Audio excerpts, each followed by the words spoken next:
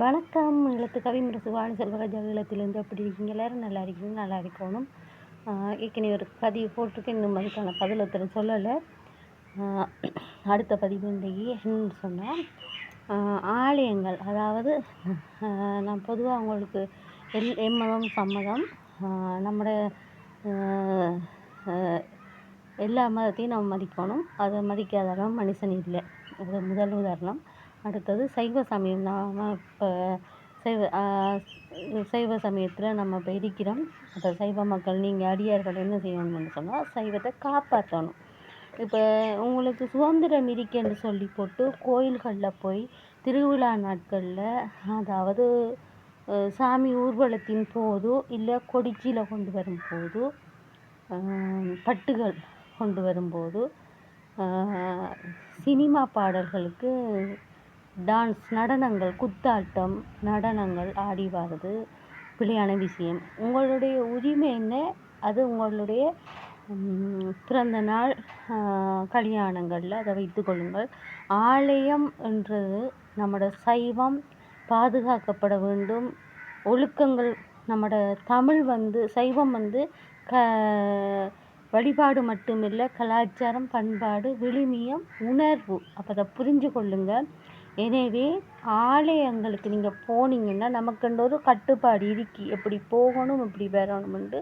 அதே மாதிரி இன்றைய இளைஞர்கள், யுவதிகள், உங்களுடைய துடிப்புகள், உங்களுடைய எதிர்பார்ப்புகள் பிழை இல்லை. ஆனால் நம்மளோட அடுத்த சந்ததிக்கு எப்படி போகும்ன்றது நீங்கள் சிந்திக்க வேண்டிய விஷயம். எனவே சகோதரர்களே, நீங்கள் தவறாக இதை எடுத்துக்கொள்ள வேண்டாம்.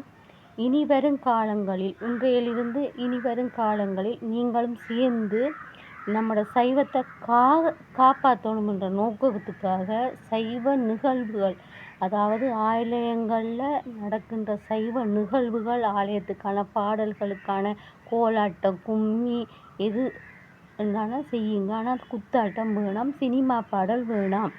அந்த நிகழ்வுகளை முற்று முழுதாக தவிர்த்து கொள்ளுங்க. இதை நாங்கள்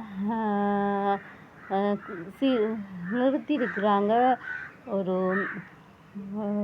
நிறுத்த சொல்லியிருக்காங்கன்ட்டு கேள்விப்பட்டேன். அது எந்தளவு உண்மை பொய் எனக்கு தெரியாது. நான் உங்களுக்கு ஒரு சகோதரியாக ஒரே ஒரு விஷயம் சொல்லிக்கொள்ளுவேன். நீங்கள் இதெல்லாம் கேட்குறதுக்கு ஆறு என்றதை விட, இதை நம்மளோட சைவம் மற்றவங்க பார்த்து படி பண்ணுறத காதுக்கு கேட்க இல்லாமல் இருக்கி, நாங்கள் அதுக்கு பதில் சொல்ல முடியாமல் இருக்கின்றது.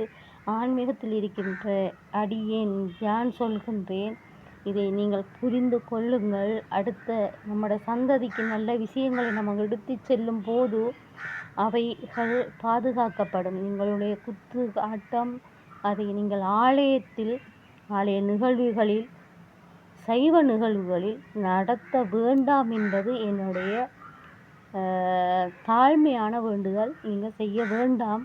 நன்றி, வணக்கம். ஈழத்து கவிமுரசு வாணி செல்வராஜா, ஈழத்திலிருந்து. நன்றி.